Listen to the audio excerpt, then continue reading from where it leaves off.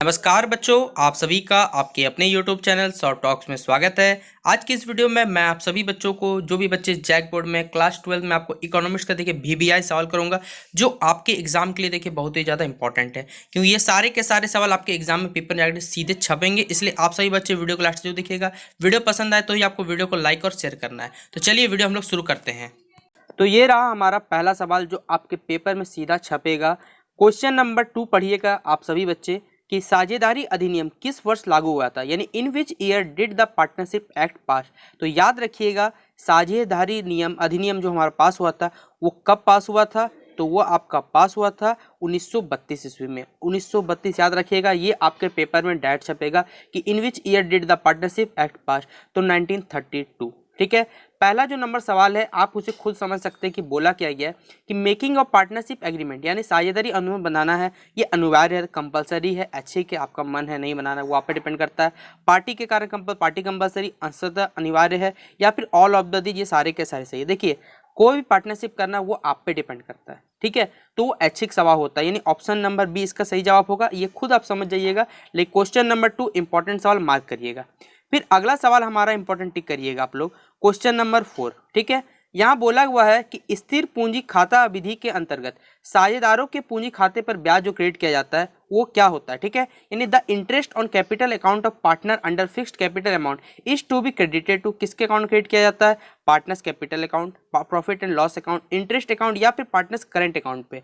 तो क्या होगा इसका सही जवाब, इसका हो जाएगा पार्टनर्स करंट अकाउंट पे क्या आता है वो क्रेडिट किया जाता है। ऑप्शन नंबर क्या होगा, डी इसका सही जवाब होगा। और इंपॉर्टेंट सवाल मार्क करिएगा, ये आपका इंपॉर्टेंट सवाल है। अगला क्वेश्चन नंबर 5 पढ़िएगा कि which account is open when the capital R fixed, यानी कौन सा ऐसा अकाउंट है जो ओपन होता है जब हम कैपिटल पूंजी को क्या करते हैं, स्थायी कर सकते हैं। और साझेदारी की पूंजी स्थायी होने पर देखिए कौन से खाते खोले जाते हैं। तो याद देखिए, ये VBI सवाल मार्क करिएगा। इसे कैपिटल अकाउंट भी कहा जाता है, करंट अकाउंट भी कहा जाता है, जिसे आप हिंदी में कहते हैं पूंजी खाता और चालू खाता। तो 5 का डी इंपॉर्टेंट है, मार्क कर लिए, आंसर इसका 5 का डी होगा। अगला सवाल ये भी इंटरेस्ट अच्छा सवाल है कि इंटरेस्ट और पार्टनर कैपिटल, जो आपके पार्टनर के आपका पार्टनर का जो पूंजी है उस पर जो इंटरेस्ट मिलेगा वो क्या कहलाता है, an expenditure, an appropriation, gain, या फिर नन ऑफ द, यानी हिंदी में कहते हैं व्यय, फिर विनियोजन, या फिर लाभ, या फिर ऑप्शन नंबर डी इनमें से कोई नहीं। तो क्या कहलाता है, वो कहलाता है अप्रोप्रिएशन। अप्रोप्रिएशन यानी विनियोजन कहलाता है ये हिंदी में। ठीक है, ऑप्शन नंबर बी, और अच्छा सवाल इसे मार्क कर लीजिए आप लोग। क्वेश्चन नंबर 9 मार्क करिएगा कि पार्टनरशिप एग्रीमेंट, साझेदारी का जो समझौता है वो क्या कहलाता है, परिवरण, पार्षद अंतर्नियम, साझेदारी के सिद्धांत, या फिर साझेदारी संलेख, जिसे इंग्लिश में कहते हैं prospectus, articles of association, principle of partnership, या फिर पार्टनरशिप डीड। तो जो पार्टनरशिप का एग्रीमेंट कहलाता है वो क्या कहलाता है, पार्टनरशिप डीड कहलाता है। आपने मोस्टली पढ़ा होगा, जो एग्रीमेंट होता है उसे क्या कहता है, डीड कहा जाता है, जिसे हिंदी में अगर बिजनेस के तौर पर समझेंगे तो साझेदारी संलेख कहा जाता है। और ऑप्शन नंबर आप लोग टिक करिएगा 9 का डी। ठीक है, देखिए 10 नंबर सवाल मैं आपको थोड़ा समझिए इंपॉर्टेंट नहीं, लेकिन जितना न्यूमेरिकल कराया गया है वो सारा का सारा करके जाना, आपको एक भी न्यूमेरिकल छोड़ के नहीं जाना है। देखिए यहाँ सवाल आपको बोला हुआ था कि रमेश और सुरेश क्या साझेदार है, यानी दो क्या है, पार्टनर्स है। दोनों अपना प्रॉफिट जो यानी लाभ जो होता है वो बराबर बराबर भाग में बांटते हैं, इक्वल क्या करते हैं, प्रॉफिट शेयर करते हैं, और लॉस भी क्या करते हैं, इक्वल शेयर करते हैं। सुरेश नियमित रूप से 6 माह तक और प्रत्येक माह के अंत में कितने रुपए, 4000 रुपये के आहरण करता है, और 5 वर्ष प्रति वर्ष की दर से आहरण पर ब्याज की गणना करना है। देखिए लिखा हुआ इंग्लिश में, Ramesh and Suresh are partner sharing profit and losses equally. Suresh draws regularly ₹4000 at the end of every month for 6 month. Calculate interest और drawing at the rate 5% per annum. देखिए जब आप इसका आंसर निकालिएगा, मैं बताता हूँ इसका आंसर आपको नहीं मिलेगा, क्योंकि इसका आंसर 250 और ये ऑप्शन में ही नहीं है, तो इसका आंसर आपको नहीं मिलेगा। इसलिए मैंने आपको बताया कि ये सवाल आप लोग करिएगा। कुछ सवाल है देखिए मॉडल सेट में भी है जिनका सवाल आंसर गलत दिया हुआ है, और ये सवाल आपको करके जाना है, मैं बता, क्योंकि देखिए जितना न्यूमेरिकल कराया गया वो तो आपको आपने जहाँ भी इंस्टीट्यूट जहाँ पढ़ाई की वो सारा न्यूमेरिकल तो आपको करना ही करना रिविजन, लेकिन कुछ सवाल ये भी सवाल आपको करके जाने हैं। ठीक है, अगला सवाल टिक करिएगा, क्वेश्चन में 11 VBI सवाल है हमारा कि नए साझेदार द्वारा ख्याति की राशि दी जाती है, जो the amount of goodwill paid by जो न्यू पार्टनर, उसे क्या कहा जाता है, तो उसे कहा जाता है फॉर शेयरिंग द, देखिए लाभ कमाने के लिए, लाभ में हिस्सा पाने के लिए क्या करता है, वो शेयर करता है, सीधा बात है। तो 11 का बी इसका सही आंसर होगा, और ये एक अच्छा सवाल, इसे मार्क करिएगा। ये जो क्वेश्चन नंबर 12 है ये आपको बनाना है, इसमें कुछ नहीं कहता क्योंकि न्यूमेरिकल है और न्यूमेरिकल आपको बनाना पड़ेगा, तो आप लोग बनाइएगा। और 12 का आंसर याद रखिए, 12 का आंसर सही है, 25,000 इसका right answer, option number B इसका सही आंसर आप लोग टिक करिएगा।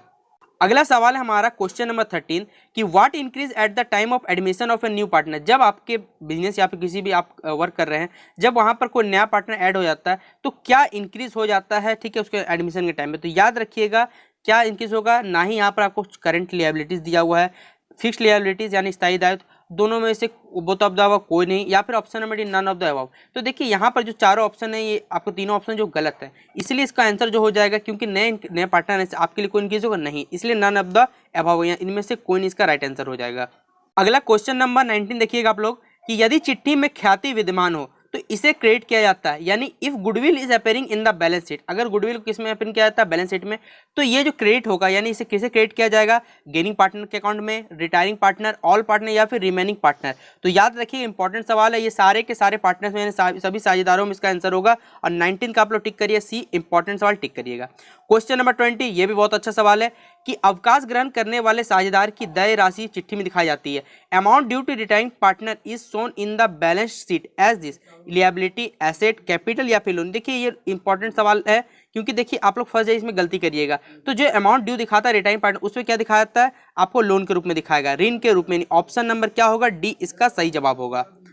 अगला सवाल 21 नंबर सवाल, VBI सवाल, इसको मार्क करिए। नंबर 21 देखिएगा, ये इंपॉर्टेंट सवाल है, क्योंकि छोटे छोटे क्वेश्चन में आप लोग फंसते हैं। सवाल बोला हुआ है हमारा कि एक कंपनी के सदस्य का देखिए दायित्व जो होता है वो सीमित होता है, सीधा बात है, सरल सवाल, सरल क्वेश्चन है, लेकिन आप लोग यहाँ फंसिएगा कि ज़्यादा दिमाग में स्टेबल होगा या फिर फ्लक्चुएटिंग होगा। इन ऑप्शन में देखिए हमेशा याद रखिएगा, ऑब्जेक्टिव सवाल का आंसर मोस्टली क्या होता है, या तो बी होता है या फिर सी होता है, ठीक है। ये बहुत रेयर केस में रहता है, लेकिन इस केस में क्या होगा, आंसर इसका लिमिटेड जरूर है, लेकिन याद रखिए अगर आप बाई चांस किसी सवाल में फंसते हो तो याद रखिए ऑप्शन नंबर ए को मत टच कर लीजिएगा, या तो आपका आंसर बी होगा या फिर सी होगा, वो तो मुझे भी नहीं पता, लेकिन मोस्टली याद रखिएगा जितने भी सेट बनते हैं मोस्टली आंसर आप चेक करिएगा बी या सी में आंसर होता है। सी तो सबसे ज़्यादा होता है, बी तो फिर भी कुछ कम होता है, याद रखिएगा, बता देता हूँ। तो 21 का आंसर टिक करिएगा, सीमित होगा, लिमिटेड इसका आंसर होगा। अगला 23 नंबर सवाल इंपॉर्टेंट मार्क करिएगा, ज्वाइंट स्टॉक कंपनी क्या है ये, ठीक है। एक एन आर्टिफिशियल लीगल पर्सन है, नेचर पर्सन है, जनरल पर्सन या फिर ऑप्शन नंबर डी इनमें से कोई नहीं।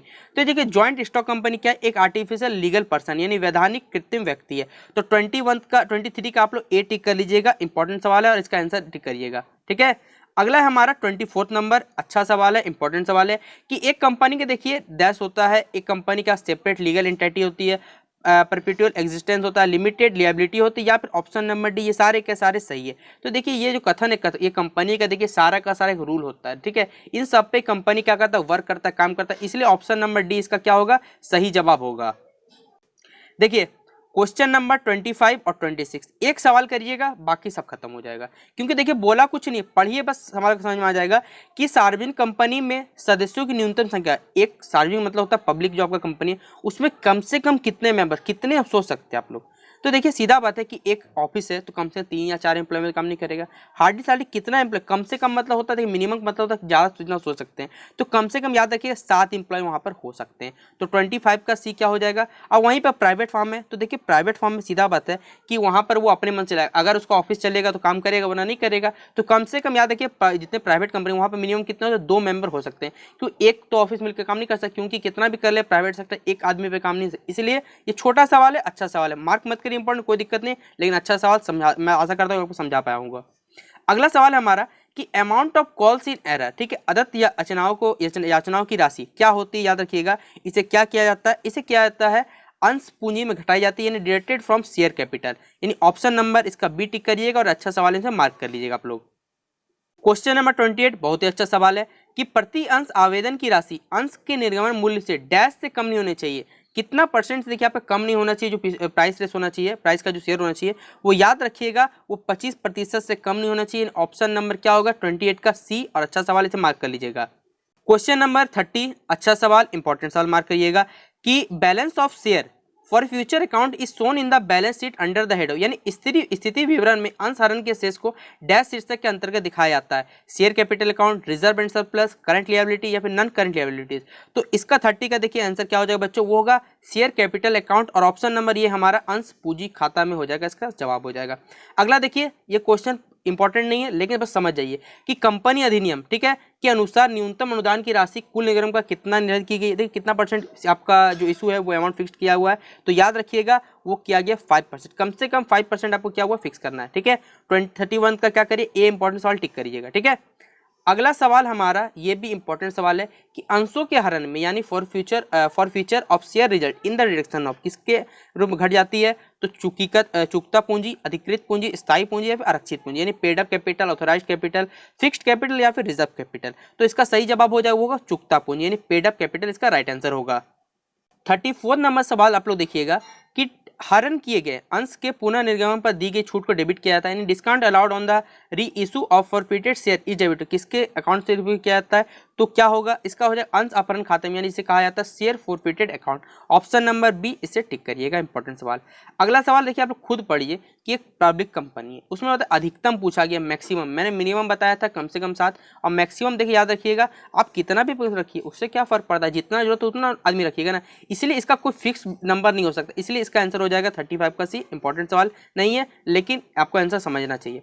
36 नंबर है वो इंपॉर्टेंट सवाल है कि to whom dividend is given at a fix rate in a company, company में निश्चित दर से लाभांश किसको दिया जाता है, सीधा बात है, समता अंशधारियों को, पूर्वधारी अधिकार अंशधारियों को, ऋण पत्राधिकारियों या फिर समर्थकों को, तो किसको दिया जाता है, ये दिया जाता है आपको प्रेफरेंस शेयर होल्डर को दिया जाता है, यानी पूर्व अधिकार अंशधारियों को ये दिया जाता है। क्वेश्चन नंबर 38 इंपॉर्टेंट सवाल मार्क करिएगा, एक कंपनी अपने अंश को प्रीमियम पर भारतीय कंपनी अधिनियम यानी आप जिसे कह सकते हैं, ठीक है, प्रीमियम कंपनी को देती है 2003 के धारा के अंतर्गत, ठीक है, यानी एक कंपनी इशू करती है शेयर प्रीमियम अंडर कौन सा सेक्शन दिया हुआ है, आपको कौन सेक्शन के अंतर्गत बताना है, यानी कौन से धारा के अंतर्गत यहाँ पर, तो याद देखिए कौन सा धारा, ये है आपका धारा 52 के अंतर्गत, यानी 38 का सी और इंपॉर्टेंट सवाल मार्क करिएगा इसे।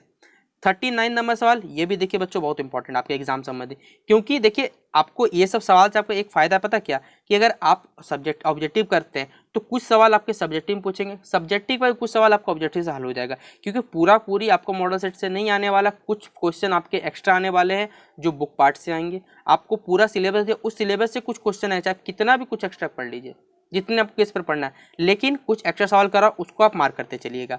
जैसे ये सवाल है हमारा 39 नंबर, जब प्रबंधकों के अंश निर्गमित किए जाते हैं तो किस खाते में डेबिट होता है, ये यानी which account should be debited when share are issue to promoter, अंश पूंजी खाता में, संपत्ति खाना में, प्रवर्तक खाता में, ख्याति खाता में, तो किस में किया जाता है, ये किया जाता है आपका ख्याति खाता, जिसे आप क्या कहते हैं, गुडविल अकाउंट कहते हैं।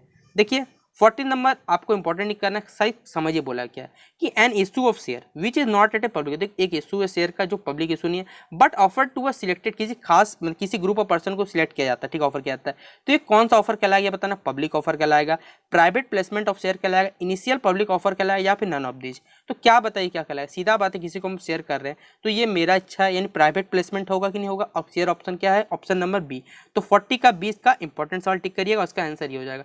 तो ये कुछ इंपॉर्टेंट सवाल थे आपके एग्जाम संबंधित जो आपको पूछे जाएंगे, आपका एग्जाम आ रहा है, आपको 8 तारीख को सॉरी एग्जाम आपका, उसमें पूछा जाएगा। इसी तरह आपको अगर सब्जेक्टिव पेपर में कुछ इंपॉर्टेंट सवाल चाहिए तो आप कमेंट बॉक्स में बताइएगा, मैं आपको इंपॉर्टेंट सवाल जरूर, ठीक है, जो आपके एग्जाम में आएंगे, ठीक है। तो फिलहाल आपको ये वीडियो पसंद आता है तो वीडियो को जितना हो सके लाइक करिएगा, वीडियो कैसा लगा कमेंट से जरूर बताइए, और एग्जाम देके जब भी आइएगा कमेंट बॉक्स में बताइएगा आपका एग्जाम कैसा गया, आपने ऑब्जेक्टिव में क्वेश्चन कितने सही किए, ठीक है। तो चलिए मिलते हैं अपने अगले वीडियो पर।